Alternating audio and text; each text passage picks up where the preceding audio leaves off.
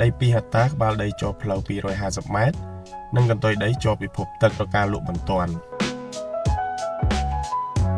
ជំរាបសួរពុកម៉ែបងប្អូនដែលចង់បានដីនៅទីប្រជុំជនដើម្បីអភិវឌ្ឍខ្ញុំមានដីមួយទីតាំងដែលស្ថិតនៅបណ្ដោយផ្លូវជាតិលេខ 57B ខ្សែផ្លូវពីស្រុកសំពៅលួនឆ្ពោះទៅខេត្តបាត់ដំបងដីនេះជាប្រភេទដីស្អាតនៅទីប្រជុំជនគ្រាន់តែក្បាលដីគឺជាប់ផ្លូវ250ម៉ែត្រឯណោះបើសិនទិញហើយពុកម៉ែបងប្អូនមានគម្រោងបំបែកជាដីភូមិឬក៏ធ្វើដីកសិកម្មក៏ល្អមែនទែនដោយសារដីស្មើស្អាតនិងមានពិភពទឹកទៀតផង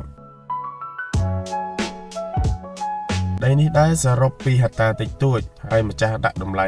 $30,000តែប៉ុណ្ណោះអាចចរចាបានច្រើនទៀតទីតាំងដីស្ថិតនៅភូមិអូដាឃុំបួស្រុកភ្នំព្រឹកខេត្តបាត់ដំបងដីនេះបើសិនជាពុកម៉ែបងប្អូនមានចំណាប់អារម្មណ៍អាចទំនាក់ទំនងតាមលេខទូរស័ព្ទខាងលើចរចាតម្លៃត្រូវរាល់ការកាត់ប្លង់ខាងម្ចាស់ដីកាត់ប្លង់ជូន 100% បាទជាចុងក្រោយក៏សូមអរគុណពុកម៉ែបងប្អូនសម្រាប់ការតាមដានវីដេអូនេះដែរបាទសូមអរគុណ